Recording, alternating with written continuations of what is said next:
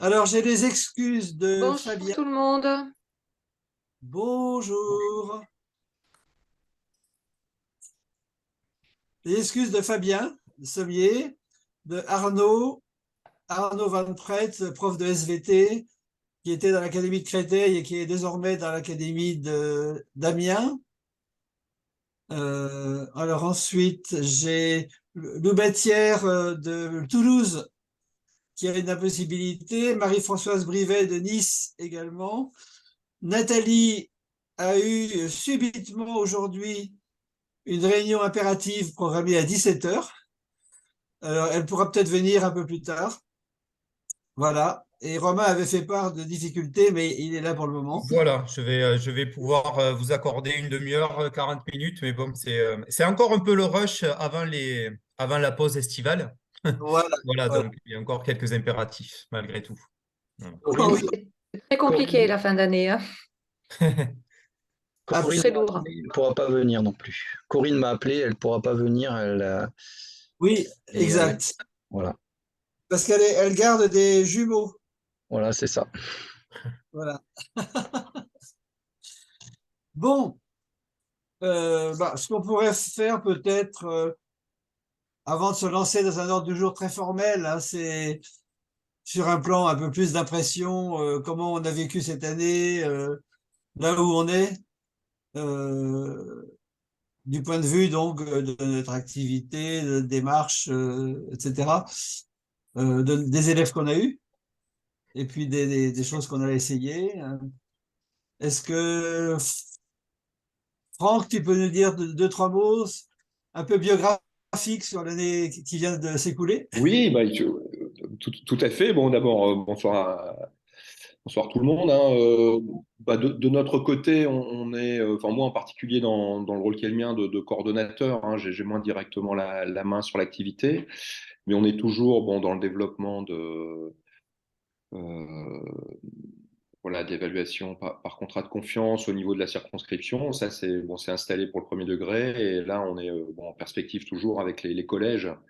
Donc voilà, donc moi je souhaite garder le lien pour pouvoir voilà, développer ça. On a été un peu bloqué la suite au Covid sur ces aspects-là, mais on est en train de, voilà, de reprendre dans le cadre, y compris des cités éducatives, autour des compétences psychosociales, la relation du bien-être à l'école. Et donc cette question voilà, de l'évaluation voilà, remonte aussi en première ligne. Donc c'est aussi une opportunité pour développer ça au collège, qui n'est pas encore le cas pour nous voilà, dans la circonscription de Tourcoing, quoi.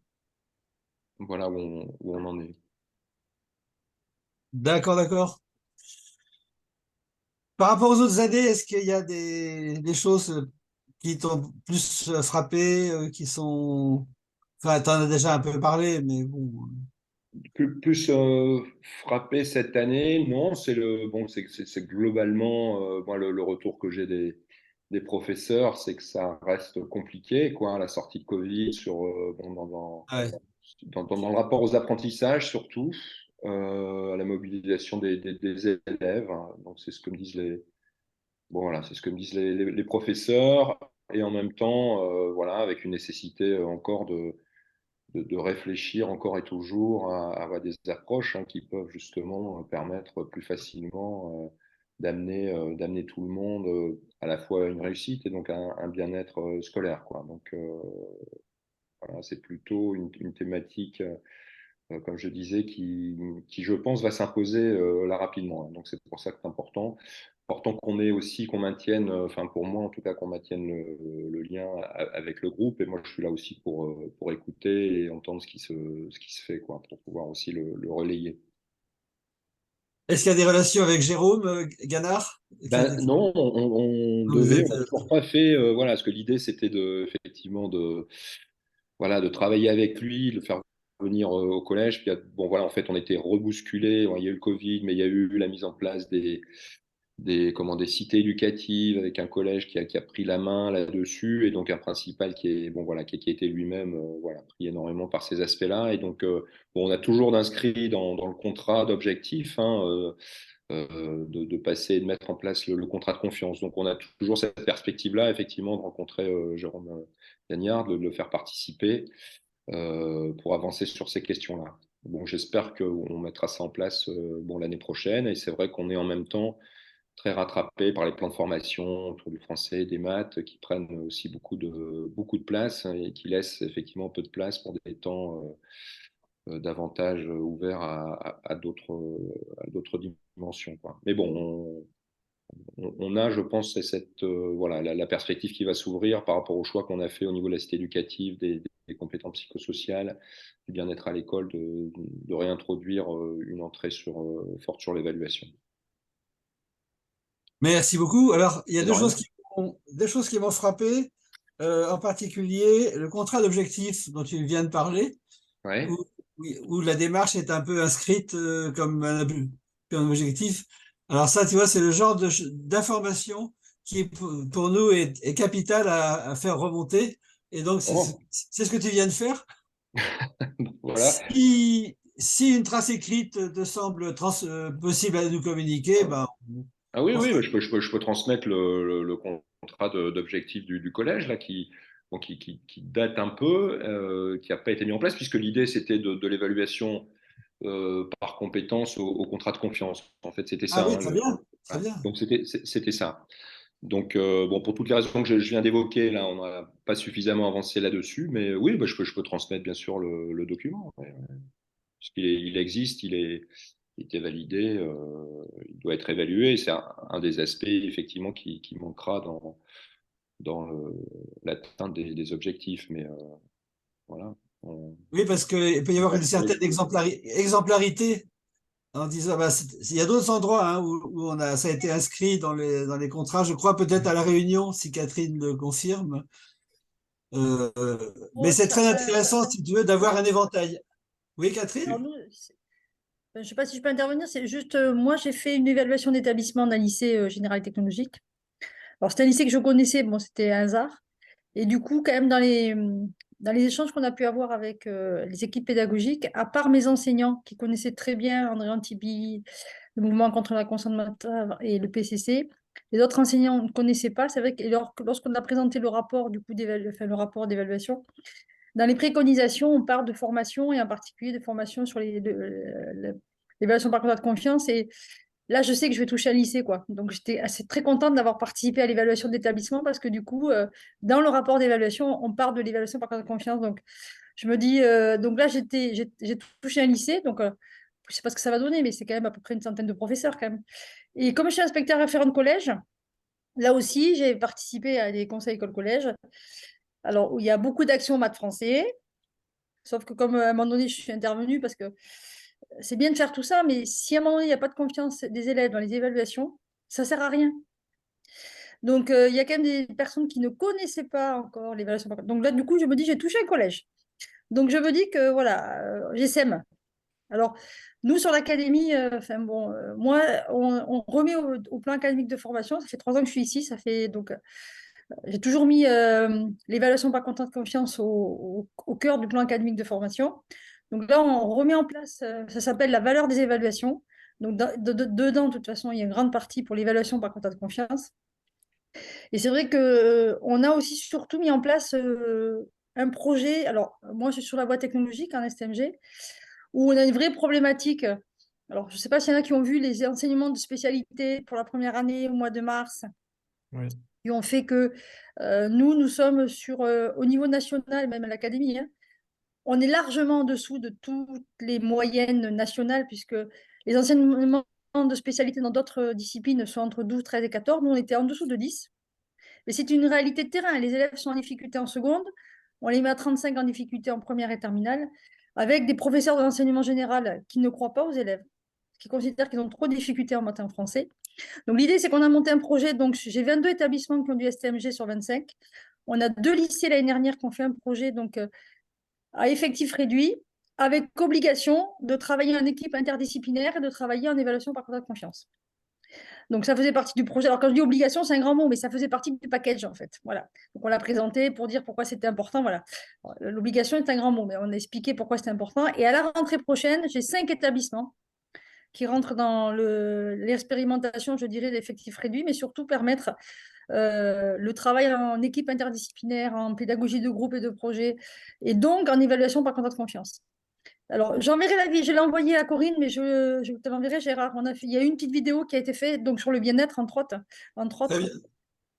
Et je vous l'enverrai, elle dure, je crois, 2 minutes, où les élèves expriment justement ce travail de différent. Et oui, voilà. Donc, on fait des choses. Continue. Merci. Eh ben, c'est l'intérêt de ce type d'échange, comme de ce soir, c'est de recueillir des infos que les gens n'ont pas le temps de faire remonter parce qu'ils sont trop pris par plein de choses. Alors, je le Et ferai. J'ai prévu de faire un compte rendu, mais moi, j'ai fait 20 jurys de BTS, 10 de premier tour, 10 de second tour. Je vais à peine de terminer. Je suis éreintée. Donc, tu dis, j'aurai le temps pendant les vacances de faire un compte rendu et je l'enverrai. Et j'enverrai le lien vidéo. d'accord. Voilà. Un super merci. Alors, je suis censé rendre le rapport final définitif, national, etc., fin août, mais mon souhait, c'est que je le finisse fin juillet. Voilà. Oui. Donc, ce qui pourra être envoyé en juillet pourra être intégré dedans, en toute certitude.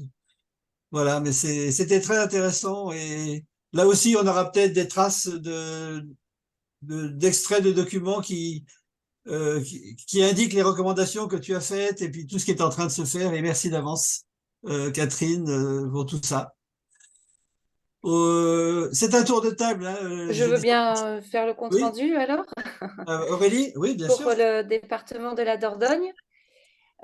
Donc nous, on a aussi œuvré cette année, sachant qu'effectivement, alors on est vraiment très très motivé toujours par le PCC parce que pour nous c'est une philosophie et on ne voit pas comment on pourrait maintenant enseigner autrement. Mais c'est vrai que comme tous les constats qui viennent d'être faits, voilà, notre métier évolue et on nous demande énormément. Donc, on est beaucoup, beaucoup, beaucoup sollicité. Moi, je suis enseignante en CM et les liaisons avec le collège, voilà, c'est en permanence. Répondre à des mails. On fait classe 6 heures par jour, tous les jours en primaire. Et j'ai l'impression que c'est ce qui me prend le moins de temps maintenant. Et qu'ensuite, voilà, il y a encore énormément de choses à faire. Quoi qu'il en soit, nous avons évolué, enfin, on a quand même fait notre job. Donc, on a réalisé, donc tu as pu les télécharger aujourd'hui, des vidéos dont on s'est servi pour faire une action de formation auprès de collègues du premier degré. Donc, une première vidéo, en fait, qui rend compte, en fait, on travaille beaucoup avec les fiches réussites, nous. Hein, donc, c'était un collègue de Créteil, je crois, qui c'est qui avait fait ça? Grégory, Romain, tu dois Grégory qui savoir comprend. peut-être? Oui, Oui, mais fiche réussite, si tu veux, Aurélie, c'est un outil qui avait été nommé comme ça sur effectivement l'Académie de Créteil. Après, oui. on peut le nommer comme on veut. Moi, Mais nous, ça j'appelle nous ça convient. direct, Nous, ça nous convient parfaitement, en j'appelle fait. ça directement fiche PCC pour Ouais. ce qui me concerne, mais bon, ça recoupe la même réalité en fait. Voilà. Mais nous, en fait, ça nous convient parfaitement, en fait, qui est le mot réussite. Mm. Donc, en fait, il y a une première vidéo où c'est un passage de consigne parce que c'est les élèves, en fait, qui réalisent du coup la fiche réussite. Et on retravaille bien la différence entre connaissances et compétences et le lien entre connaissances et compétences.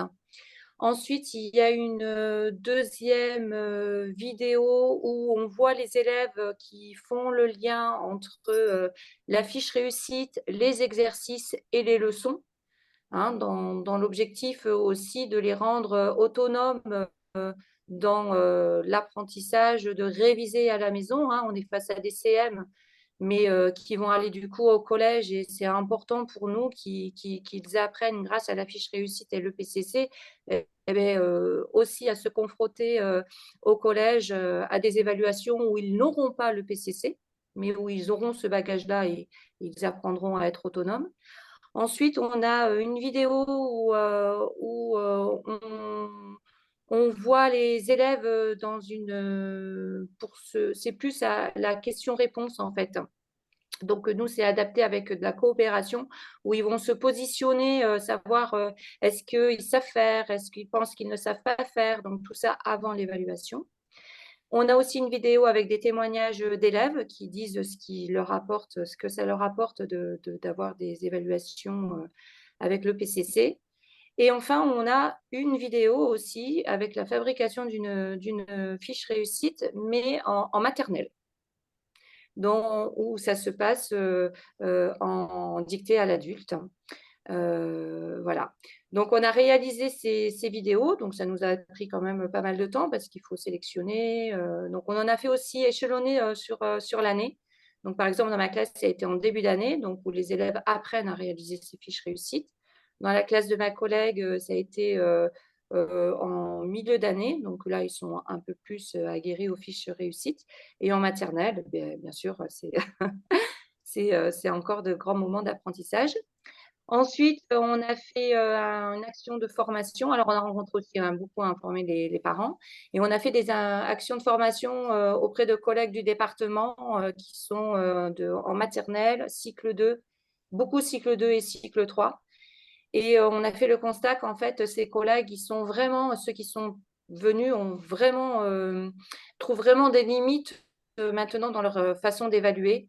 On sent qu'ils sont débordés par leur façon d'évaluer, qu'ils se trouvent maltraitants. Et quand ils ont vu les vidéos, l'étayage qu'on a eu avec les vidéos, tout ce qu'on a apporté, ils sont repartis, mais vraiment, mais ravis. Et je pense que voilà, qu'ils vont le mettre en application. En tout cas, on a promis et nous, on s'est engagé à les suivre. Parce que souvent, quand on fait en fait des formations, ce qui se passe, c'est qu'on se dit « Ah, c'est chouette, c'est chouette ». Et puis, en fait, si on ne le met pas tout de suite en application, après, c'est fini, quoi. On ne revient pas en arrière. Donc là, nous, on s'engage, en fait, à les relancer. Alors, on les a relancés déjà avant la sortie, mais on va les relancer aussi à la rentrée pour qu'ils essayent voilà, de se mettre dans l'évaluation dès la rentrée. Et ensuite, voilà, on a des perspectives déjà pour l'année prochaine. Donc, ça serait de faire des vidéos, des interviews plus sur les parents et aussi comme moi, je travaille en zone politique de la ville, donc ça serait d'interviewer les dispositifs classe, l'aide aux devoirs qui accompagnent les élèves et qui, du coup, font faire les aides aux devoirs et qui ont les fiches réussites. Voilà. Donc, de voir, eux, à l'aide de devoirs, comment ils s'emparent de ces fiches réussites et donc de l'évaluation par contrat de confiance. Je sais déjà, parce que je discute avec eux, qu'il y a des retours hyper positifs et qui sont ravis parce qu'ils savent comment aider les enfants, parce qu'il y a ce cadre-là. Et les parents, c'est pareil. J'ai des retours de parents qui sont vraiment, mais ça a changé leur relation de faire les devoirs avec leurs enfants grâce à ça. Voilà. Un grand merci parce que ce que tu as dit, notamment sur les dispositifs d'aide aux devoirs, etc., ça complète pas mal le rapport écrit que tu as envoyé. Voilà, on a parfois tendance à être un peu modeste ou réservé sur ce qu'on a fait. Pas le mettre en. Alors, il y a des gens qui ont le don de mettre beaucoup de décorum, mais voilà, il y a les deux. Donc, il ne faut pas hésiter si tu voulais éventuellement rajouter une page là-dessus. Non, mais là, moi, je pense qu'il faut nous, ce qu'on a mis dans notre rapport, voilà, c'est juste, le travail, vraiment, il est fait, on a fait tout ce on le fait. Non, moi, je ne pense pas que j'ai d'avoir besoin de broder. Et puis, encore une fois, voilà, vraiment, c'est les heures de travail. Il est temps que ça s'arrête, quoi. Il est temps de faire une pause. D'ailleurs, Aurélie, pour l'information de tout le monde, d'ailleurs, je rappelle que face aux élèves, on ne fait pas 6 heures, mais 6h20 par jour, Oui. en comptant les 10 minutes, en fait, parce que ça, souvent, on l'oublie. Mais on a 24 heures de présence face aux élèves, hein, et en fait, on rajoute 1h20 de présence due face aux élèves en termes de surveillance. Oui. Donc, on fait 25 heures et 20 minutes, très concrètement. Oui, c'est tout à fait vrai, hein, parce que Voilà. pour l'anecdote, c'est vrai que moi, bon, les hommes, c'est pareil, mais voilà, moi, je peux rester de 8 heures jusqu'à des fois 13 heures sans pouvoir aller optique, quoi, le petit détail qui tue, mais n'empêche que c'est la réalité des enseignants du primaire. C'est un, c'est un métier, voilà, on parle beaucoup des enseignants du secondaire, très peu des enseignants du primaire, mais le métier a énormément évolué et voilà, on travaille énormément, mais énormément. Mm. Je vais essayer peut-être de prolonger, de compléter ce que tu as dit Bien en sûr, tant vas-y. qu'enseignant donc, du premier degré. Bon, mes Ouais. fonctions de maître formateur font qu'en termes d'information et de formation, mais plutôt ciblées sur les débuts de carrière, hein, contrairement au moment où j'étais conseiller pédagogique. Donc, l'information se fait auprès des étudiants que je peux suivre, donc des étudiants alternants, Master 1, Master 2, ainsi que les professeurs des écoles stagiaires, donc des personnes qui sont à 100% en poste sur leur premier poste. Donc là, j'arrive à toucher pas mal de monde sur la formation initiale. Concernant les travaux sur le secteur, donc Gérard, j'avais bien noté la date butoir du 31 juillet. Je ferai en sorte de t'envoyer ça pour mi-juillet, mais il faut que je finisse de rédiger. Donc nous, on est parti effectivement, et ça recoupe un peu ce que tu as dit Aurélie, sur une étude, on va dire, de l'impact de l'EPCC trans-cycle, c'est-à-dire essayer de dégager des invariants et des spécificités à la pratique de l'EPCC en primaire. Et donc, voilà, on a expérimenté cycle 1, cycle 2, cycle 3. Et l'idée, c'était… alors, on est moins parti sur des interviews ou des vidéos que de l'analyse, en fait, basée sur les travaux d'élèves. Donc, on est parti sur cette option-là. Il y aura peut-être des vidéos des collègues ayant mis en pratique. Et voilà, l'idée, c'était en fait, j'ai plus ou moins repris ce que j'avais fait sur ma mémoire de maître formateur, de formateur tout court en 2015. Et en fait, j'ai essayé de transposer l'étude que j'avais faite. Bon, d'ailleurs, ce mémoire-là, je pense que c'était le premier qui avait été fait sur le PCC de ce type et j'ai jamais pris le soin de le faire mettre sur le site, mais bon, il n'est jamais trop tard. Et j'ai essayé quelques années après, donc 8 ans après, de reprendre le même type de logique et voir un petit peu quelle était l'évolution.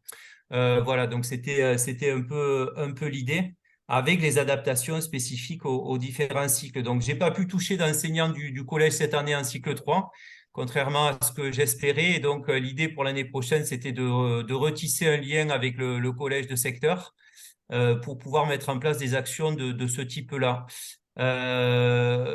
Perspective pour la rentrée, ça serait de… Alors, j'ai pas pu le faire, c'était prévu, mais on va essayer de relancer ça dès la rentrée. C'était de croiser avec le questionnaire de Nathalie et de le cibler plutôt sur les débuts de carrière, sur la perception de l'évaluation et en tirer des enseignements par rapport, voilà, essentiellement au début de carrière. Donc, les enseignants qui préparent le concours, qui sont en partie, pour certains, sur des postes, et puis les tout débuts de carrière. Voilà. Donc, mes fonctions de maître formateur vont me permettre aussi d'essayer de relancer ça. Et la réflexion que tu pointais par rapport aux parents et sur l'effet positif, en fait, effectivement, j'ai fait passer depuis, moi j'y suis depuis 2005-2006, pas mal de questionnaires. Et comme on arrive au terme de l'année scolaire, j'ai souvent une question qui est posée par les parents, mais comment vont-ils faire au collège s'ils ne pratiquent pas le PCC? Alors moi, j'ai une forme de réponse par rapport à toutes ces enquêtes que j'avais pu faire passer. Et je leur dis, ben, écoutez, à minima, s'ils partent le jour de l'évaluation en découvrant plus ou moins certains points qu'ils n'ont pas travaillé sur l'unité d'apprentissage, ils partent sur un pied d'égalité, à minima. Et puis, effectivement, ce que j'ai pu observer à travers les études que j'ai pu mener auprès des élèves, c'est que le facteur méthodologique et récurrence en fait, de ce type de pratique va les aider pour la suite.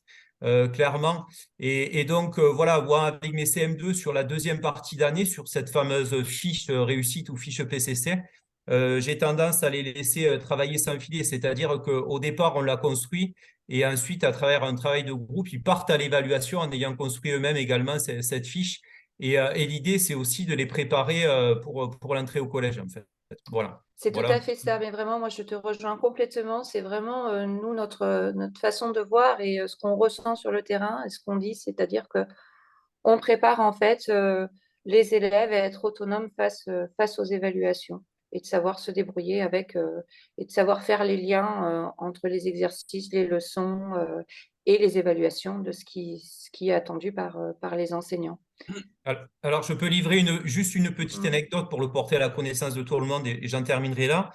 C'est que souvent, sur les enquêtes que j'avais pu faire passer auprès des élèves, alors nous, c'est pareil, le PCC, il est inscrit dans le projet d'école. Hein, Gérard, tu faisais mention de ça tout à l'heure sur les projets d'établissement. Donc, voilà. D'où le fait que j'ai 2 collègues qui ont participé au projet pour le primaire sur l'Académie de Toulouse. C'est que souvent, je faisais passer des questionnaires aux élèves. Et j'ai 2 profils d'élèves en fait qui me répondaient qui préféraient ne pas être évalués sous une modalité EPCC. Alors c'était vraiment très à la marge, mais on avait souvent 2 profils d'élèves. Un élève qui n'est pas travailleur, clairement. Donc voilà, on avait vraiment cet aspect-là. Je l'avais questionné. Et donc c'était souvent des profils d'élèves qui ne travaillaient pas et qui ne voulaient pas se donner la peine voilà, de s'inscrire dans le processus. Et puis, il y avait un deuxième profil d'élève, c'est l'élève excellent qui souhaite réussir, mais au détriment des autres, en fait. Et ça m'avait beaucoup marqué. Et donc, on avait ce profil-là d'élèves aussi qui, finalement, préférait ne pas être évalué sous une modalité EPCC. Donc, je trouvais que c'était assez révélateur et c'est assez récurrent sur l'ensemble des enquêtes que j'avais pu faire passer, enfin, des questionnaires auprès de mes élèves. Donc voilà, ça on peut l'avoir en tête justement pour faire ressortir en regard les points positifs de l'EPCC, tout ce dont parlait André et auquel il était très attaché, c'est-à-dire le fait que ça encourage et que ça valorise le travail et la prise d'initiative et que ça permet finalement à une grande majorité d'élèves, je mets de côté les très bons élèves qui finalement, quelle que soit la méthode d'évaluation, s'en sortent. Ça permettait à une grande majorité d'élèves de progresser. Je pense que c'est vraiment le facteur intéressant en termes de pratique de classe. Voilà. Un grand merci. Donc, on aura beaucoup d'intérêt à lire les développements que tu nous enverras dans le courant du mois. Alors, entre Jérôme et Tony, lequel... Si ça vous dérange pas, je vais prendre la parole parce que j'ai pas beaucoup Très de bien. temps, je m'absente. Tout à fait. Alors, en réalité, nous travaillions très étroitement avec André, hein, puisqu'on était on faisait partie du groupe évaluation, avec André aussi à l'IRES de Toulouse, dans lequel on a un petit groupe. Et notre objectif cette année, c'était de produire un questionnaire. Alors, on est le vilain canard, puisqu'on n'a pas fini le questionnaire, alors qu'on aurait dû faire l'analyse des réponses. Donc voilà, donc je le signale. Alors ce questionnaire, il avait pour objectif d'essayer de mettre en exergue ce que l'on perçoit comme bienveillant dans l'évaluation. Qu'est-ce qu'une évaluation bienveillante, par exemple? Et donc il y avait une double vocation. La première, c'était un questionnaire qui n'était pas forcément à destination uniquement des collègues et des élèves qui pratiquent l'évaluation par contrat de confiance, mais aussi des collègues qui considèrent que leurs évaluations sont bienveillantes.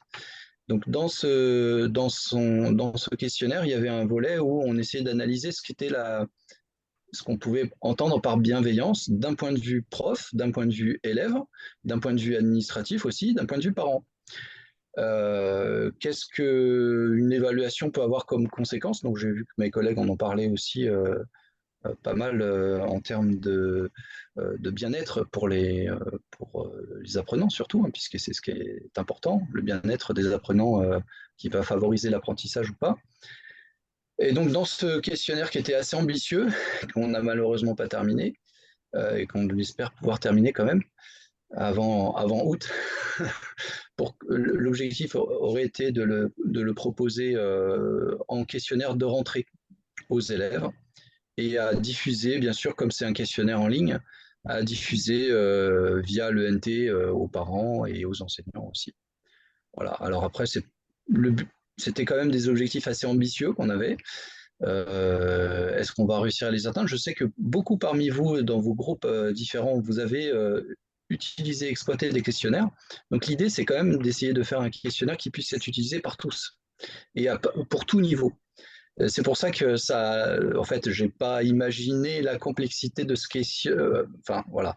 J'ai un peu sous-évalué, on va dire, la complexité de ce questionnaire au moment où j'en ai représenté les grands traits. En tout cas, beaucoup de vos actions dans toutes les équipes, là, notamment celles qu'on vient d'entendre, mais aussi toutes les actions que vous faites, bah, nous inspirent dans les questions qu'on peut poser. Et bien sûr, l'idée, c'est de ne pas faire un questionnaire qui soit trop long. Il est long dans le sens où il y a une arborescence, mais c'est un questionnaire dynamique, c'est-à-dire que vraiment, vous n'arrivez que dans une partie du graphe, si j'ose dire, en fonction des réponses que vous apportez. Donc, c'est vraiment un questionnaire conditionnel. C'est ça qui en crée aussi la difficulté. Alors, le questionnaire, c'est une chose, bien sûr, l'idée, c'est quand même l'analyse de ce questionnaire. Et bien sûr, bah, là-dessus, on est encore très loin. Donc désolé pour ce retard que nous avons pris pour le groupe a priori second degré, mais c'est vraiment un questionnaire qui devrait être totalement indépendant du niveau d'enseignement. Voilà. Très bien, merci beaucoup. Donc, bon courage pour finaliser tout ça dans le courant du Oui, mois. oui, Euh, voilà, on a du pain sur la planche, comme on dit. voilà, voilà. Merci Tony. Est-ce que Jérôme nous dit un petit mot? Et Fabien, est-ce que quelqu'un est plus pressé que l'autre? Alors, bah, je peux continuer, je serai Oui, assez rapide. d'accord. Alors, sur Paris, en fait, on est sur une dynamique, enfin, plutôt qu'une dynamique, je devrais parler d'une forme d'inertie assez prononcée. Et j'avoue que les projets qui, l'an dernier, pouvaient être menés, là, en investiguant un petit peu cette année, je me suis aperçu qu'en fait, tout était un petit peu au point mort. Alors après, j'ai peut-être pas assez relancé, je me suis peut-être pas assez investi auprès des collègues pour les maintenir en situation dynamique, justement. Et donc là, cette année sur Paris, c'est quand même assez compliqué. Et je pense qu'il faudrait revoir un petit peu l'approche, enfin, reprendre un petit peu le bâton de pèlerin pour réexpliquer un petit peu l'intérêt de l'EPCC auprès des collègues. Alors, je sais que sur l'Académie de Paris, ils sont souvent sollicités pour divers projets puisque bon, ben, on est proche du ministère, donc c'est quand même assez pratique de lancer les petits projets à droite à gauche, et il y a une forme d'inflation de projets sur Paris qui peut-être lasse les enseignants et les établissements.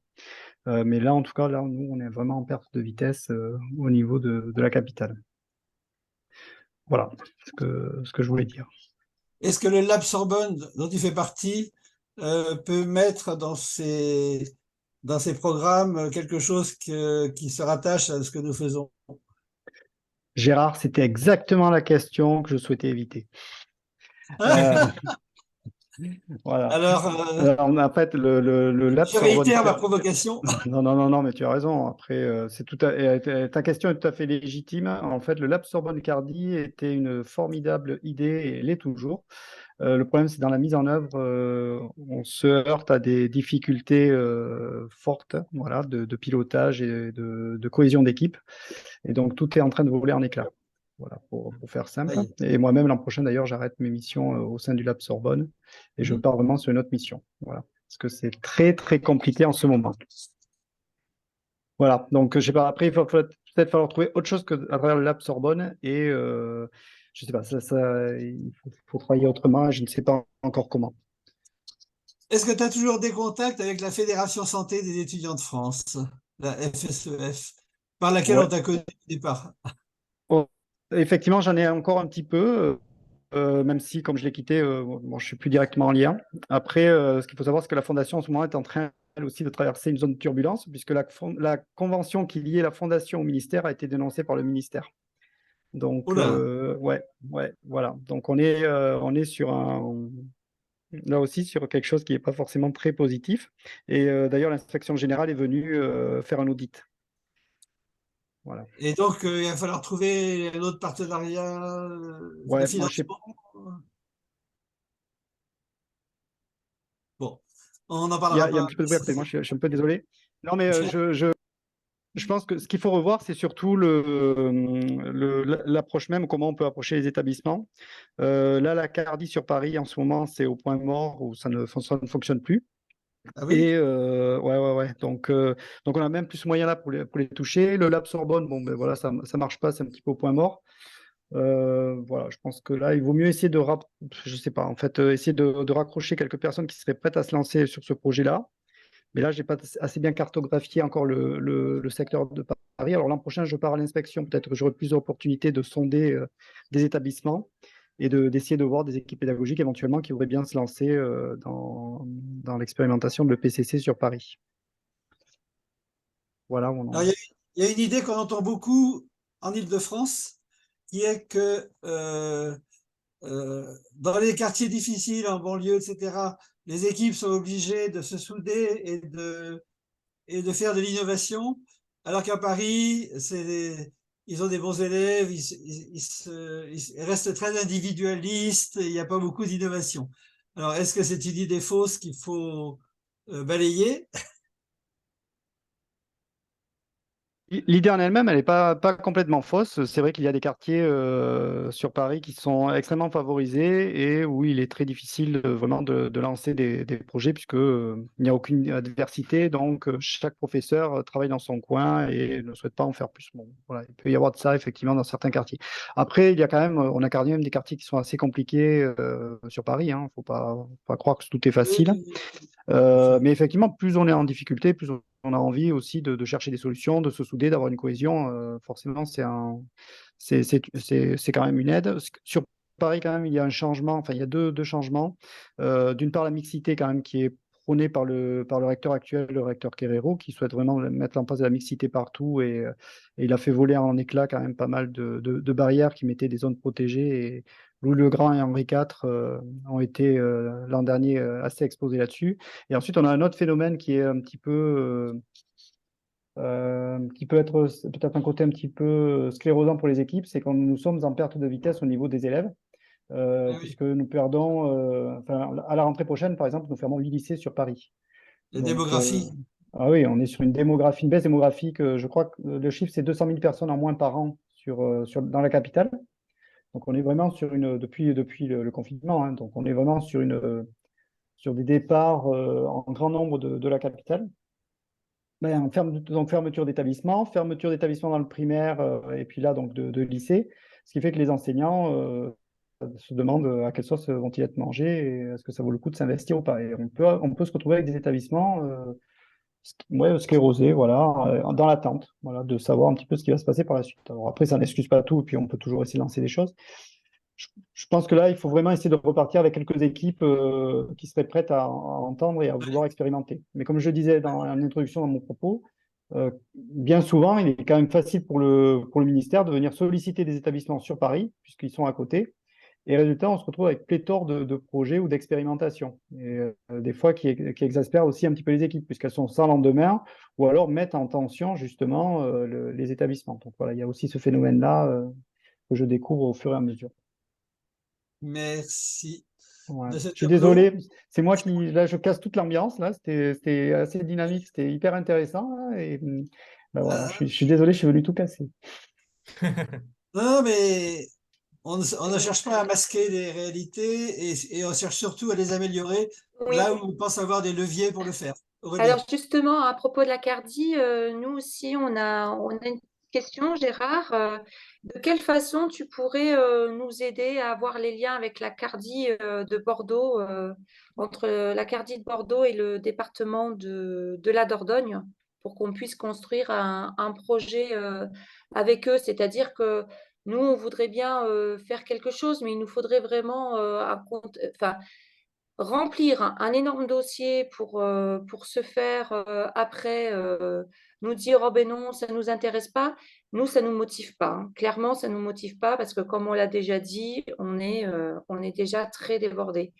Par contre, si toi, effectivement, je ne sais pas, en tant que président, tu pouvais déjà avoir un contact avec la CARDI de Bordeaux, eh bien, et qui puisse après, tu vois, nous contacter ou me contacter ou l'inspecteur qui travaille avec moi, eh bien, nous, on serait partant pour travailler avec eux.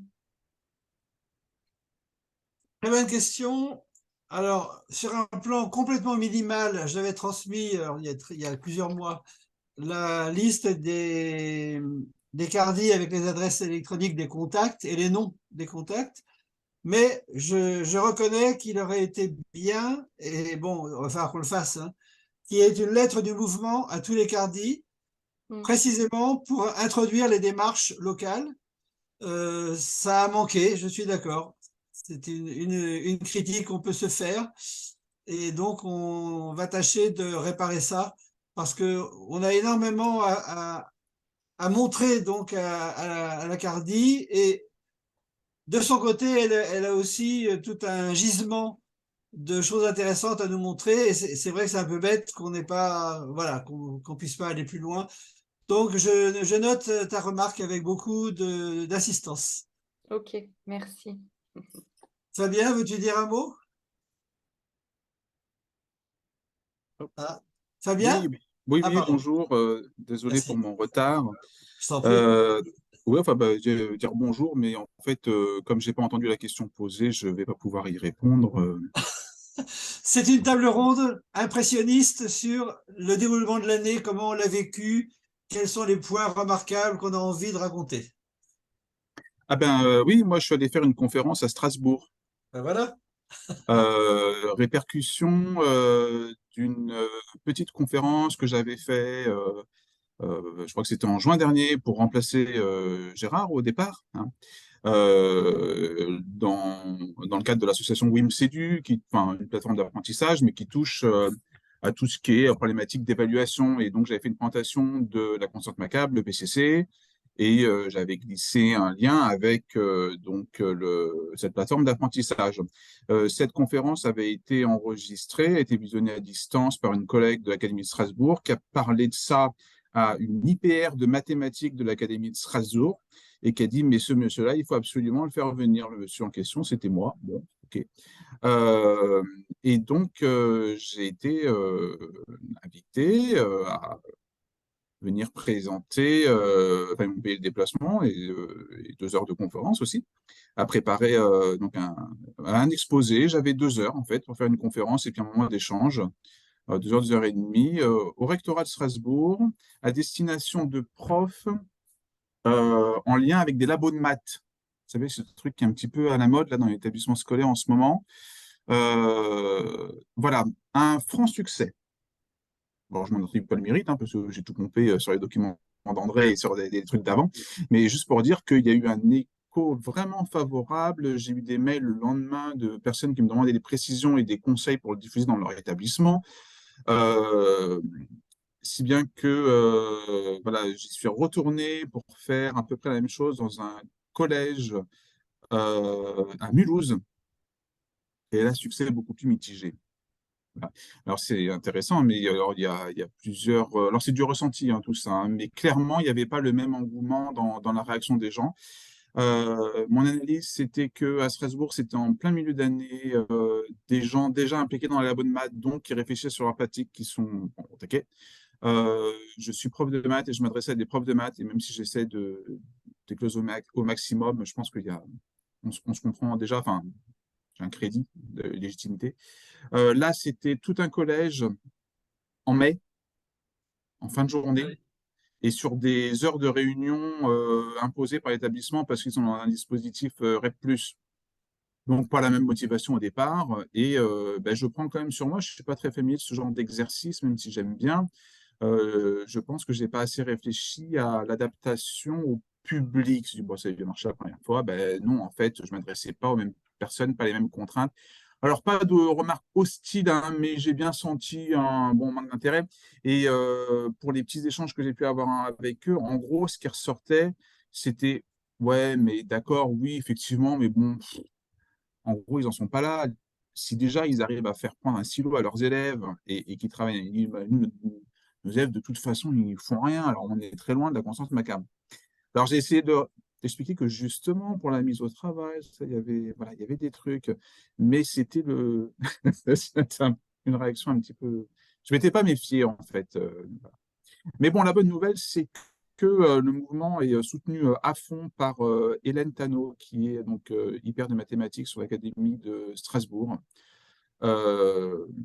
Et il y a moyen de développer des contacts là-bas pour faire un peu vivre des choses, parce que même à la deuxième journée, je l'ai revu tout ça et elle n'en démord pas, elle est ravie. Et, bon, voilà. Et c'est pas, alors j'insiste parce que c'est pas tous les IPR qui sont, enfin, qui nous suivent, quoi. Bon, voilà. C'était la petite nouveauté de cette année concernant. Et sinon, je ne suis pas du tout de l'Académie de Strasbourg, hein, je suis de l'Académie de Créteil. Donc, voilà. D'accord.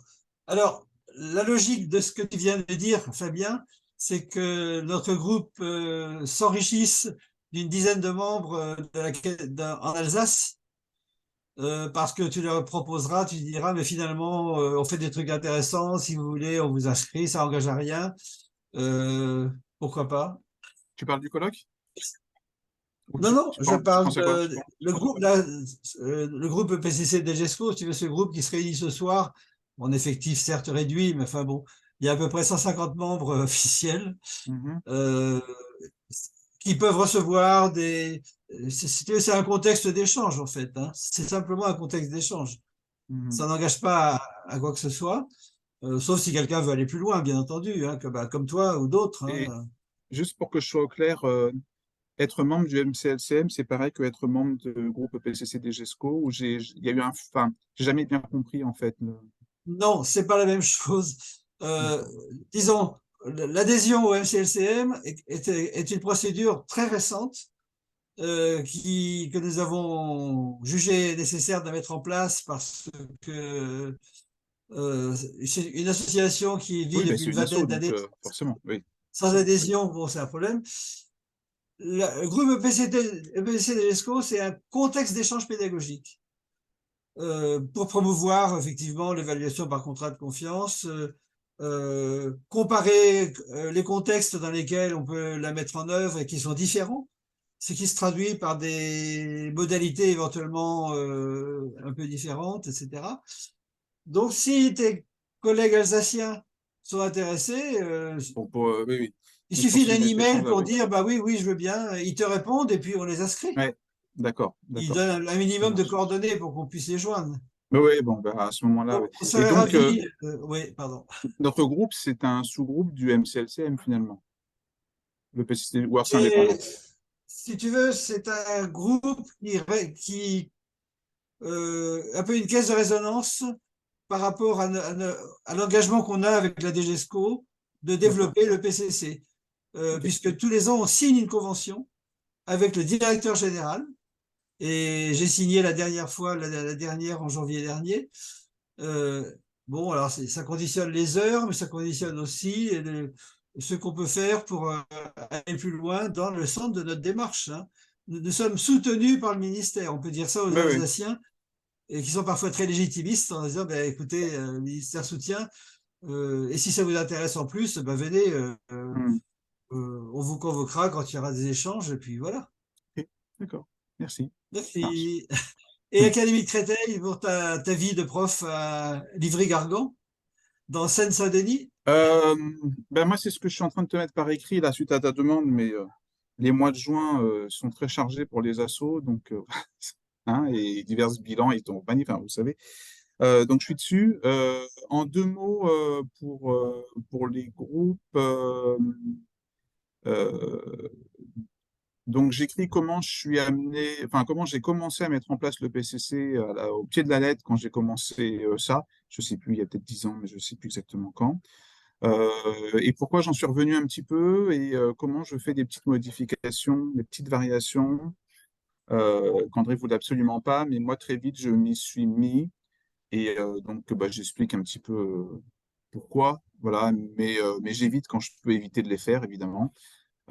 Voilà, donc c'est juste pour préciser un petit peu ma réflexion là-dessus. Et puis sur un système d'évaluation que j'ai mis en place où j'arrête avec les notes sur 10 et sur 20, je fais des notes sur combien ça tombe, ce qui me permet de, quand je fais les bilans, de mieux voir sur quoi j'ai évalué et de donner une deuxième chance aux élèves en leur disant que si la deuxième note sur le point précis est Voilà. meilleure, j'oublie la première parce qu'en fin de trimestre, moi, ce qui m'intéresse, c'est ce que les élèves savent faire au moment où je fais les bilans. qu'ils ne savaient pas le faire en septembre, mais qu'ils aient su le faire en novembre, ah ben, très bien. Voilà.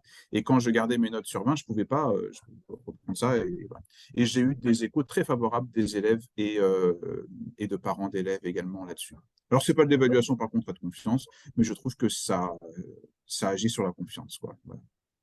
Et quelque part, c'est une évaluation un peu par compétence, puisque une compétence qui n'est pas acquise avant et qui est acquise après, on oublie la première fois. Voilà, c'est ça. Alors, je n'ai pas d'analyse fine sur les compétences, mais c'est sur des thématiques, par exemple, lecture graphique, donc des fonctions, calcul vectoriel. Enfin, bon, c'est des choses assez sur des thématiques. Et la deuxième évaluation, on reprend, enfin, c'est la même liste de révision, enfin, ou c'est la même thématique de la liste de révision. Bref, je peux vraiment me mesurer comme ça. Ça évite aux élèves de se dire, parce que j'avais eu vraiment ce coup-là l'année dernière avec mes secondes. Certains s'étaient plantés au premier contrôle en septembre et vraiment ils n'avaient rien fait du trimestre. Et quand à un moment on discute avec eux pour essayer, mais enfin, qu'est-ce qui se passe? Les élèves me disaient clairement, bah écoutez, franchement, je me suis planté au début, donc foutu pour foutu, je me remettrai à travailler au deuxième trimestre. Voilà, quand j'avais entendu ça, et puis c'était dit avec une honnêteté incroyable, je me suis dit, il faut faire quelque chose. Donc c'est ça qui m'a fait réfléchir un petit peu. D'accord. Merci beaucoup. Et puis, je sais que tu feras quelques pages là-dessus, donc on sera très intéressé d'en prendre connaissance. Et tu peux y C'est en route, raconter c'est en route. tes aventures alsaciennes. Hein. Comment? Tu peux y raconter tes aventures alsaciennes. Ah oui, comme je vous l'ai fait là, avec Ouais, le fait de dire que j'ai été appelé, ça suffit, non? oui, mais fais-le, fais-le. Ouais, ouais, ouais. Bon, je vais le rajouter, Tu, d'accord. tu prends de l'existant et tu mets bout à bout. Hein. Merci beaucoup, Fabien. Et l'activité de chef d'orchestre? Voilà, je ne sais pas si ça intéresse tout le groupe là, mais je vais changer d'orchestre, mais bon, je te raconterai. Mais, Parce que j'ai un André était très intéressé par cette activité ouais, ouais. qui fait partie Ah, de bah, tes... il y a de la ouais, donc je suis chef d'orchestre aussi. Il y a il y a de la bienveillance dans les deux. Euh, Ah ouais, ça se retrouve, hein. Et même des gens avec qui je travaille, enfin, que je croise ou autres qui me parlent de certains chefs ou avec qui ils ont bossé ou autres, euh, je sens le manque de confiance. Et puis enfin, en termes de relationnel aussi, qu'il y a des choses qui manquent, quoi. Enfin bon, il y a des choses à dire. Voilà. Merci beaucoup. Alors, il est 19h, moins 5. On a, comment dirais-je, j'avais mis un ordre du jour pléthorique. Hein. Je peux rajouter quelque chose éventuellement, Gérard? Ah oui, bien sûr. Je vais rajouter deux choses. Parce que j'ai entendu parler là sur les stagiaires. Alors, nous, on a mis en place, en tout cas depuis que je suis à la Réunion, autant pour les contractuels que pour les stagiaires, en réunion de rentrée, il y a obligatoirement une information sur le PCC. Et les contractuels, lorsqu'ils passent le concours, certains m'ont même dit, grâce au travail enfin, l'information qu'ils ont pu avoir sur le PCC, le travail qu'on a pu faire toute l'année, pour certains, pour eux, ils ont eu le concours parce que justement, ils ont fait un travail sur l'évaluation. Donc, je me dis que c'est important, je me dis que même au niveau du concours, il y a quand même des membres de jury qui sont quand même sensibles à ça. Donc, enfin, je tenais juste à le dire parce que du coup, ça m'avait interpellée. Lorsqu'on me dit grâce à vous, on a eu le concours, je dis non, c'est pas grâce à moi, mais je me dis que voilà, le travail sur l'évaluation qui est fait dans l'académie remonte quand même jusqu'au concours. Donc je me dis que c'est pas anodin. Voilà, donc c'est vrai que du coup, on continue les formations, que ce soit pour les contractuels ou pour les stagiaires. Voilà, parce que les stagiaires, on en parle aussi. Et je voulais rajouter. Ah oui, alors, comme je suis inspecteur d'académie, moi aussi, en tant qu'IPR, c'est vrai qu'on a une volonté. Alors moi, c'est la problématique que j'ai entendu dire aussi, c'est la problématique du disciplinaire. C'est-à-dire que ça reste quand même très concentré sur la discipline.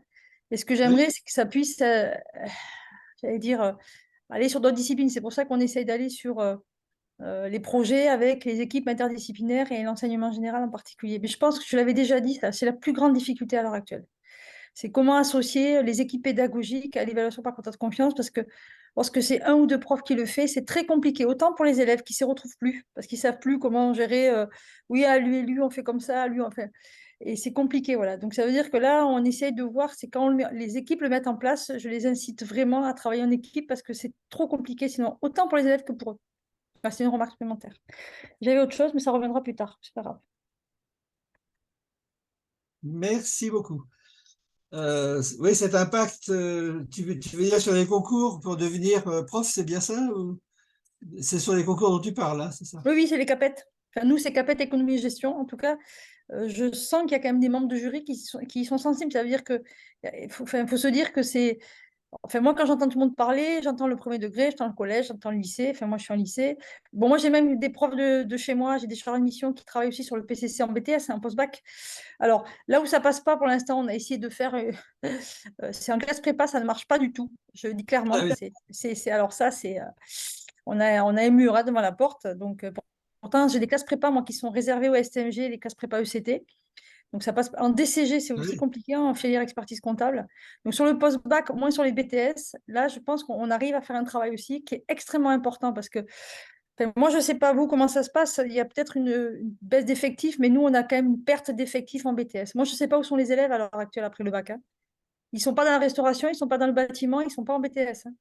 Enfin, et ça, c'est national. Donc, moi, ça m'inquiète un peu parce que je me demande où sont les élèves quand même pour le post-bac. On a des promotions des ouvertures à 30, on les remplit à 25 là.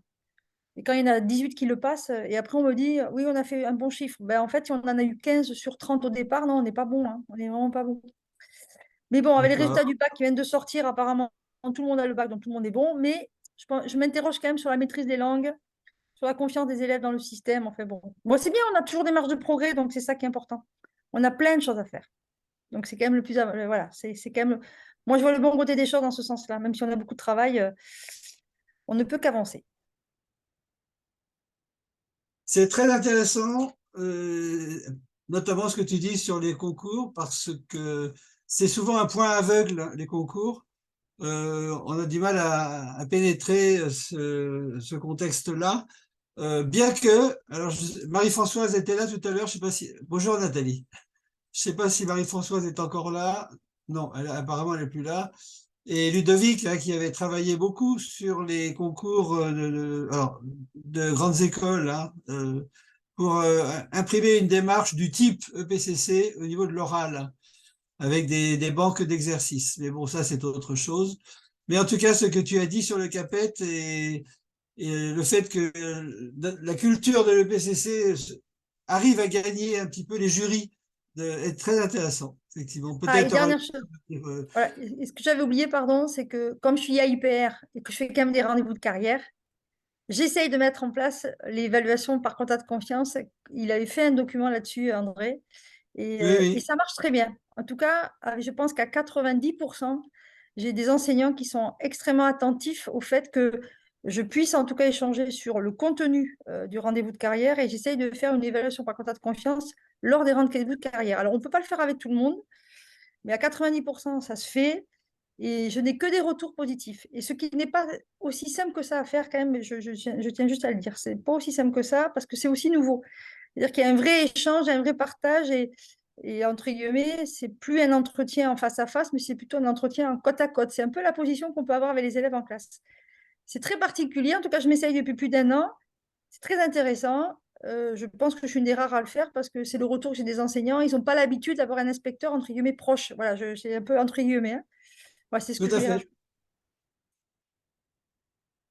Ça rejoint en particulier la démarche qui était exposée par notre ami de Dordogne, Oui, Eric exactement. Eric, Witkowski, c'est tout à fait qui ça avait écrit l'inspection par contrat de confiance que j'ai vécu. que tu as vécu. Et il avait fait une contribution qui est évidemment sur le site, mais bon, quelque part, il faut la chercher pour la trouver. Mais je pourrais l'envoyer à Catherine si ça l'intéresse. Ah oui, parce que je pense que vraiment, ça a été le premier à développer l'évaluation par contrat de confiance en mode inspection des enseignants du primaire. Voilà. Mm. Et Catherine a une expérience avec d'autres contexte de niveau scolaire, la voie technologique, etc. Mm. Et donc, c'est une autre facette qui est pour nous aussi très intéressante à ajouter dans cette optique-là. Mais je peux vous Alors, dire que les enseignants sont même méfiants. Ils n'ont pas l'habitude. Non, mais c'est impressionnant parce qu'autant les élèves peuvent être méfiants et ils ne comprennent pas, mais autant les enseignants aussi. Donc maintenant, comme ils comprennent un petit peu, c'est un contexte, ça va faire 3 ans que je suis là, mais enfin, c'est particulier. Enfin, il y a le problème de la confiance même dans l'évaluation, je parle des enseignants, c'est particulier, ça se développe en fait. Voilà, c'est une nouvelle façon d'aborder les choses En dans le quelques métier. mots, ça consiste en quoi le contrat de confiance lors d'un rendez-vous de carrière? Ben, c'est quand je dis d'être honnête, en fait, c'est lorsqu'on fait, alors je suis même arrivée à faire de la co-intervention dans un rendez-vous de carrière. C'est-à-dire, c'est à montrer en tout cas, alors évidemment, c'est tout un contexte, c'est-à-dire il y a une demi-heure d'observation et en amont, avec l'autorisation de l'enseignant, j'interviens dans la classe. C'est un rendez-vous de carrière, donc dans le principe, ben, moi, ce qu'on m'a appris, ça commence à faire 10 ans que je suis inspecteur, hein, l'année prochaine. En gros, je rentre dans la classe. Moi, je connais les inspecteurs, ils rentrent dans la classe, ils ne disent pas bonjour, ils observent, et quand ils sortent, voilà. Et après, ils discutent. Moi, ça veut dire que je discute un tout petit peu avant avec l'enseignant, on se met d'accord sur ma façon de faire. Au bout d'une demi-heure, si j'ai besoin d'intervenir, j'interviens en co-animation avec l'enseignant et après, comme ça, on peut avoir une grande discussion. C'est-à-dire que j'ai même un enseignant qui m'a dit, Madame Ibanez, enfin, j'ai compris ce que ça voulait dire lorsqu'on m'avait dit de faire comme ça. Parce qu'en fait, on peut donner des conseils, mais si on ne les met pas en application, des fois, on ne voit pas ce que ça peut donner.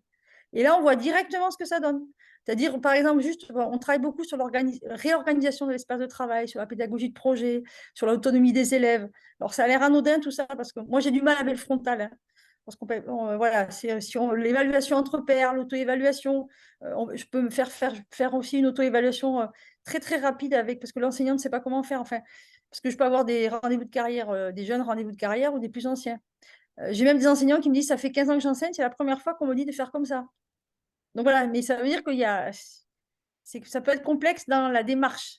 Parce que pour certains, on fait du frontal, on fait un manuel, et là, on sort quand même voilà, on sort des tranchées. Voilà, c'est un peu particulier. Mais après, il y a des enseignants où j'ose pas, hein, je fais pas. Pas du tout. Je ne m'aventure pas. Par contre, c'est vrai que les stagiaires, voilà, voilà, quand je fais toutes mes inspections de titularisation, j'en ai à peu près entre 6 et 10, voilà, quand même. Ben, ça fait partie, c'est un des points qui est abordé, parce que de toute façon, ils sont souvent des ex-contractuels, ce sont des stagiaires avec qui on a travaillé toute l'année, et ça fait partie des points. Alors, et ça veut dire aussi que pendant l'entretien, ben, il y a quand même je leur explique un petit peu comment par exemple, il y a des items, je leur explique pourquoi je mets tel item et pourquoi je ne le mets pas et qu'est-ce qu'ils en pensent. Et il y a un vrai échange en fait à ce moment-là. Ils ne vont pas découvrir en fait ce qui va se passer, enfin, ce qu'on aura écrit après. Ce que je dis, je l'écris et il y a un échange avant. Voilà. Et c'est là que je parle de confiance et en tout cas d'échange. Et c'est particulier parce que enfin, c'est pas comme ça qu'on m'a appris le métier. Voilà, j'ose le dire. Merci. Merci. Tu raconteras ça dans ton petit rapport que tu enverras si tu peux le faire de courant juillet. Et un très grand merci par avance. J'ai Alors, une question complémentaire pour Catherine, si oui, on a 2 minutes. oui, bien sûr.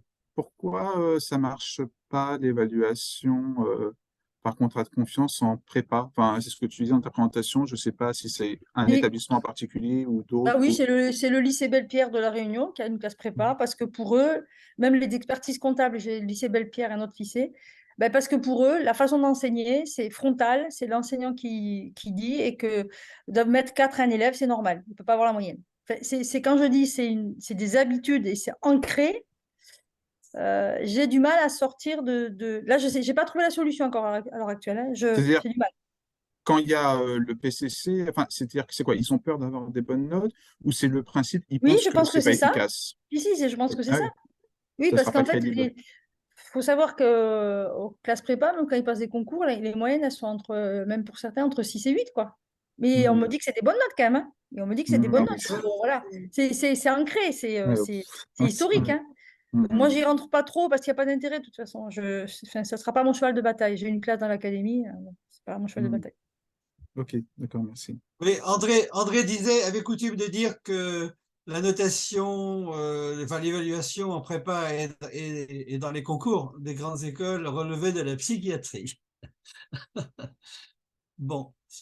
Il y avait Nathalie, j'ai l'impression qu'elle n'est plus là. Nathalie elle a fait une apparition. C'est dommage. Ah si, elle est là. Ça s'appelle iPhone. D'accord. Alors Nathalie, tu as vu qu'on faisait une table ronde sur le ressenti de l'année et puis bah, qu'est-ce qui nous semble intéressant de souligner, d'échanger sur ce plan-là. Voilà. si tu veux y participer, bien entendu, en mettant ton micro. Le micro. Le micro n'est pas branché hein, pour l'instant. Il y a une petite icône micro sur ton téléphone. Ah. Ah, Nathalie? Si ça marche pas, éventuellement, on peut faire avec un téléphone. Hein. Ah ben non, ça sera la même chose. Si, parce que dans ce cas-là, moi, je pourrais mettre mon téléphone en haut-parleur. Eh oui, Et Gérard, tu n'as pas moyen de lui réactiver toi-même le micro? je vais voir si je peux. Je Si tu es suis pas maître très de la réunion. iPhone. Ah oui. C'est bon, on dirait. Est-ce que vous m'entendez Ah, là? bravo. Voilà. Merci. Non, mais en fait, il n'y avait aucune icône pour activer le son. J'avais juste le son fermé. Et du coup, j'étais bien embêtée parce que je ne savais pas où cliquer. Bon, mais finalement, voilà. Et vraiment désolée de, de- de me brancher si tard, mais les réunions de dernière minute, j'adore ça. Et bref, là, je fatigue un petit peu. Donc, vraiment désolée.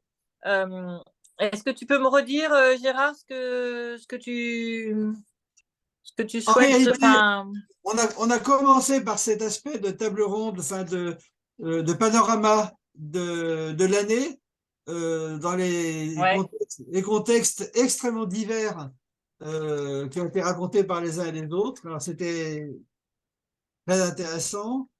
Euh, du primaire avec bah, Aurélie et Romain ah au bah oui, bah, collège euh, c'est dommage avec d'avoir raté ça, mais désolée. avec Franck, oui. Alors, je pense, on aura la vidéo, mais bon, que Lido va nous envoyer, puisqu'elle est en train d'être enregistrée. Oui, voilà. Donc, c'est très riche et très difficile à résumer comme ça. Euh, alors, je te proposais presque de contribuer à ta façon à cette Ok, bon, à ce panorama de l'année avec ton regard. alors, panorama de l'année avec mon regard fatigué. Si vous me, enfin voilà. Euh, Bah, du point de vue de l'évaluation globalement, je trouve qu'il y a des choses qui bougent puisqu'il y a eu la conférence la conférence de consensus du CNESCO qui a eu lieu en novembre.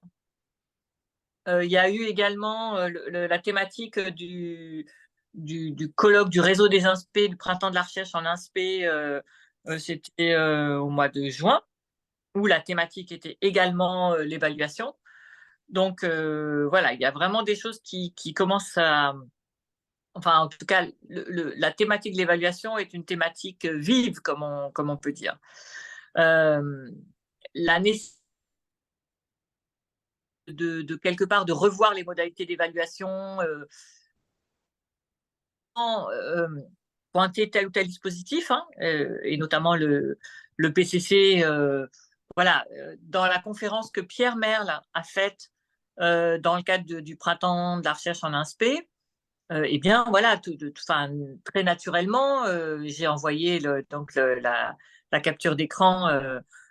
Il a évoqué le PCC comme justement une façon de, d'évaluer qui permettait en fait comment dire, bah, d'engager davantage les élèves et d'avoir moins cette vision sanction. Voilà, mais c'est vrai que ça a été évoqué parmi d'autres. Et l'idée de bien sûr maintenir le PCC parce que en fait je crois réellement que bah voilà, ce qu'a porté André avec ce dispositif, il restera toujours d'actualité. Après, voilà, comme vous le savez certainement, je suis pas, enfin, je suis pas tenant de l'orthodoxie de l'EPCC, mais du principe tel que, enfin, qui permet en fait de quelque part de donner en amont aux élèves ou aux enseignants. J'étais ravie d'entendre que des inspections pouvaient se passer avec cette modalité-là. Eh bien, enfin, l'idée de dire clairement quels sont les attendus, de prévenir, de laisser un temps à la personne dont les compétences ou les connaissances sont évaluées, d'avoir idée de ce qui va être regardé et d'en rendre compte. Ça, franchement, j'y adhérerai tout le temps et c'est ce qui importe. Donc voilà du côté global. Du côté, moi, de ce qui me préoccupe ces derniers temps, c'est les questions d'égalité filles-garçons, notamment en maths, dans le cadre des évaluations nationales, puisqu'il y a eu des notes de l'ADEP et puis des résultats qui ont mis en avant le fait qu'au début de CP, il n'y avait pas de différence filles-garçons. Milieu de CP, les filles commençaient à se décrocher un peu, alors qu'ensuite, en CE1, il y avait parfois un grand saut. Donc vraiment, moi, c'est ça qui me préoccupe principalement. Et du coup, avec Marie Thomas, hein, qui est en Normandie, qui est à Canteloup, on a fait une première étape j'ai dit un teaser de recherche là-dessus, où on a observé des passations d'évaluation. On a interrogé des élèves, on a interrogé des profs, puis on a analysé les tâches. Et c'est vrai que observer les passations, c'était intéressant, mais ça ne nous a pas donné beaucoup de résultats. Mais il n'empêche que dans certaines classes, pour des évaluations de CP, il y a des enseignants qui demandent à leurs élèves, quand ils sont côte à côte, de mettre un grand album pour séparer, pour surtout pas tricher. Alors, on peut imaginer que ce type de consigne va amener à élever la pression évaluative et pour le coup à peut-être faire en sorte que les filles soient moins performantes du fait de cette pression évaluative. Donc, en tout cas, moi, je continue d'explorer cette piste-là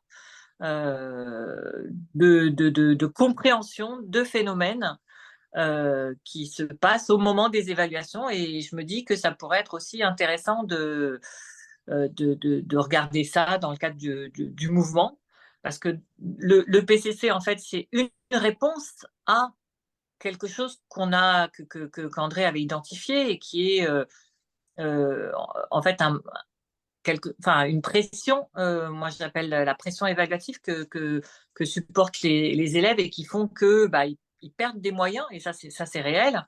Du coup, le PCC, avec le dispositif tel qu'il est pensé, il permet de rassurer et donc de faire baisser cette pression évaluative.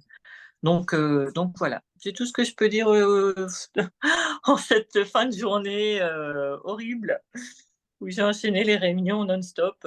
Donc voilà, désolée, hein, c'était un peu longue ou un peu confuse. Oui, j'avais vu un document que tu avais transmis de référence sur l'estime de soi. Oui. Est-ce qu'il y a quelque chose que l'on peut mettre en relation avec la démarche de… Mais bien sûr, pour moi, c'est ce que j'ai dit, hein, le PCC, c'est une réponse à quelque chose que André a perçu globalement et qui relève donc de l'estime de soi, de la pression évaluative, et de la pression évaluative, en fait, qui peut être multiple, hein, celle des parents, celle du prof, celle que l'élève se met à lui-même, elle est multiple. Mais c'est vrai que cette question d'estime de soi, et surtout quand on regarde les questions d'inégalité filles-garçons, on sait que les filles sont beaucoup moins confiantes en elles, en tout cas en mathématiques, et du coup, ça rejaillit sur leurs résultats, alors que clairement, il n'y a pas de raison que les filles soient moins bonnes en maths que les garçons. D'accord, merci beaucoup. Alors, il nous reste un petit quart d'heure si on va jusqu'au bout de l'heure officielle. Est-ce que Marie, tu voulais en binôme avec Nathalie, je crois, sur Rouen, dire un petit mot sur ce que vous avez entrepris? Oui, alors déjà, bonsoir à tous et vraiment désolée pour ce retard conséquent.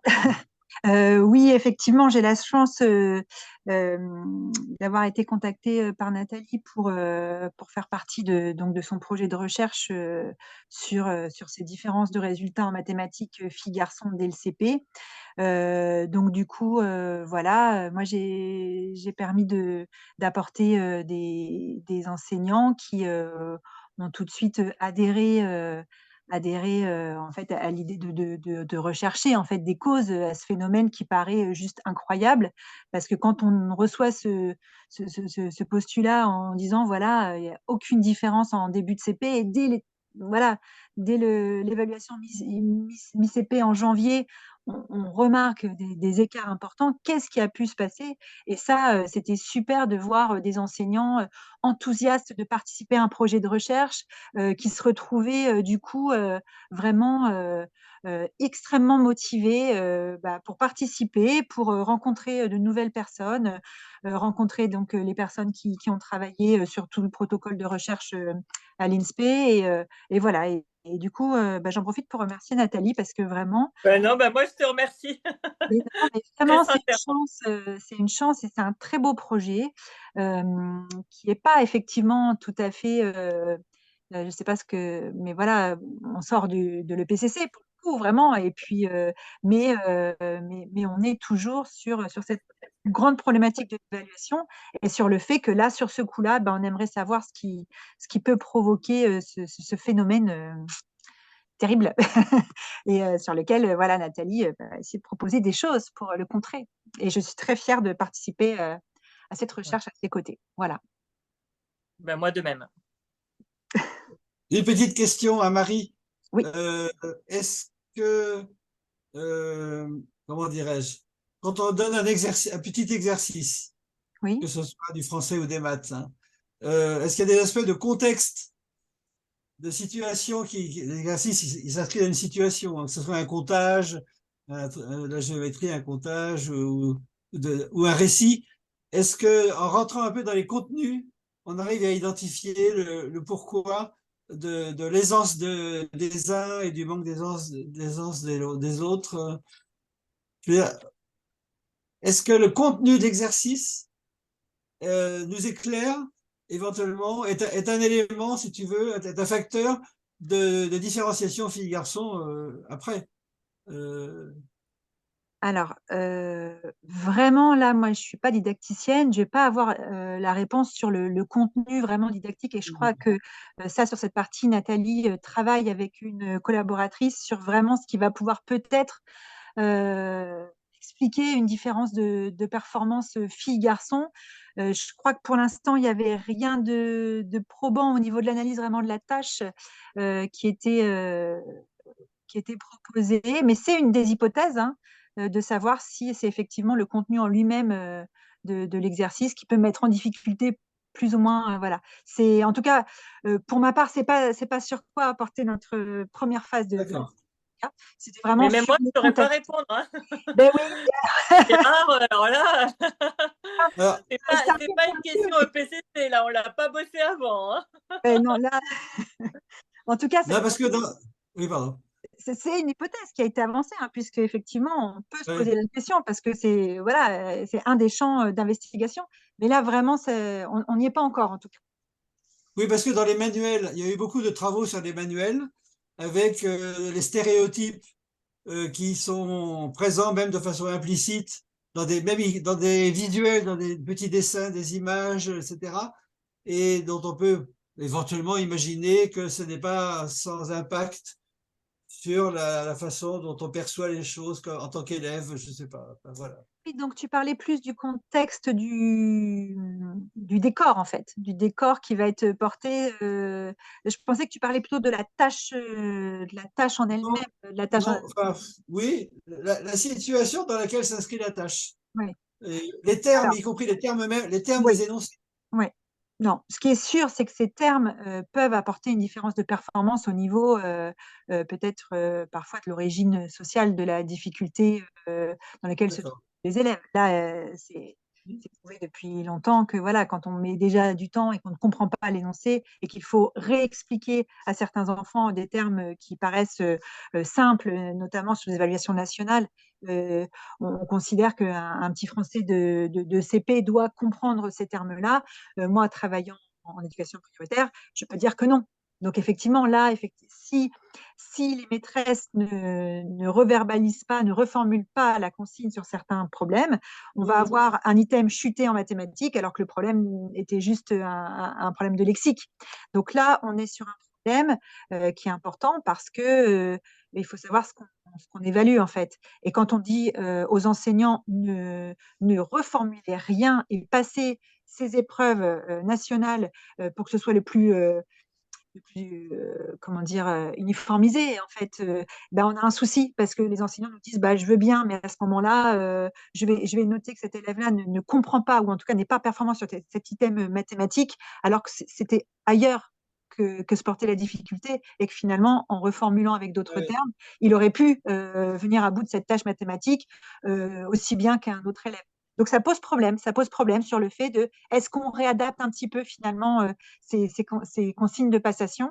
Et c'est ce qu'on a observé souvent alors qu'on venait observer une différence fille-garçon. Et en fait, on s'est rendu compte que on peut se poser la question de comment se font passer ces évaluations nationales en France et quelle marge de manœuvre ont les enseignants pour adapter voilà, à leurs petits élèves de CP qui sont tout petits hein, quand ils arrivent, je crois que c'est le 11 septembre le début, enfin voilà, est-ce qu'on n'a pas envie un petit peu d'adapter parce que sinon effectivement bah, il n'y aura rien. Et puis, alors qu'est-ce qu'on évalue? Voilà, vaste débat. Merci beaucoup. Donc on ira avec beaucoup d'intérêt le petit rapport qui résultera de cette activité. Voilà, alors ça serait tout à fait prétentieux de vouloir s'attaquer à tous les petits triangles rouges que j'ai mis dans l'ordre du jour. Voilà, je crois que c'était plus intéressant peut-être au stade où nous en sommes de l'année d'avoir un peu ce regard rétrospectif voilà, sur notre démarche, comment elle est perçue, comment on peut progresser, et puis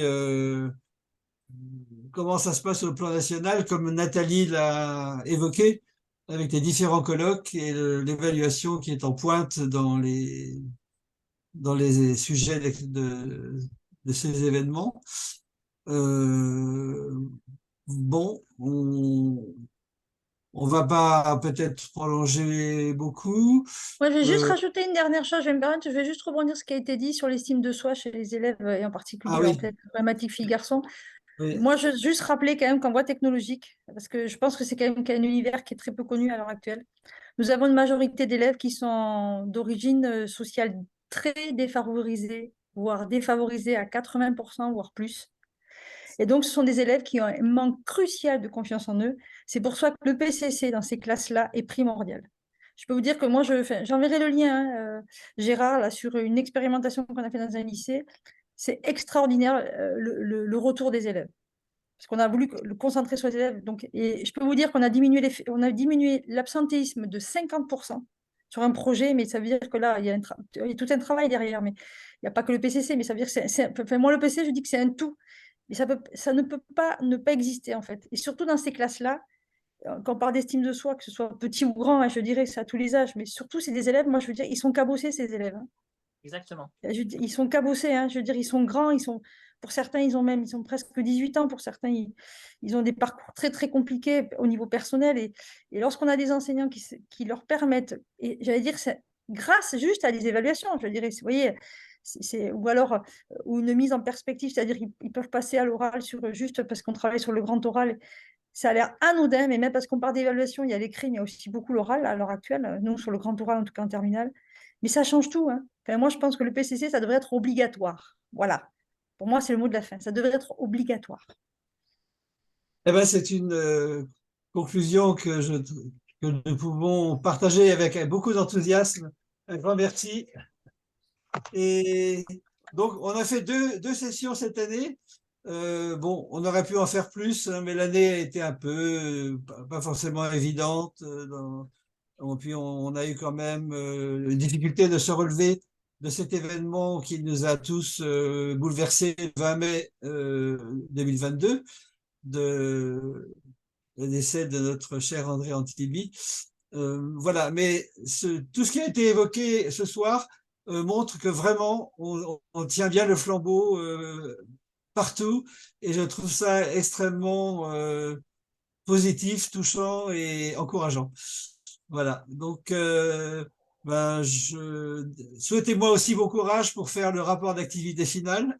Bon courage. Je vais compiler tout ça, Bon faire courage. une note de synthèse et le présenter à la DGESCO en lui disant, ben voilà, on a travaillé, et voilà, et peut-être on peut avoir, disons, une considération plus grande de la part du ministère en termes de subventions, de nombre d'heures, etc., et d'impact de notre démarche dans les documents du ministère, puisque le ministre avait fait une communication à notre dernier colloque en décembre 2022. Il avait dit vraiment qu'il souhaitait que nous ayons le plus grand développement possible. Voilà, c'est son inspecteur qui nous avait transmis ça. Voilà, donc merci beaucoup à tout le monde, et on continue d'échanger à distance, et puisque on est en juillet, par la suite, excellentes vacances avant de se retrouver en septembre. Au Merci revoir. beaucoup. Bonnes Au vacances. revoir. Bonnes Merci. vacances à tous. Au revoir. Ludovic n'est pas là, hein, je crois. Non, il n'est pas là. J'espère qu'il ne va pas oublier d'enregistrer tous ces débats, parce qu'on a l'habitude d'utiliser cet enregistrement. Mais comme je suis co-hôte, peut-être que la machine voudra bien me donner la bande son. À bientôt!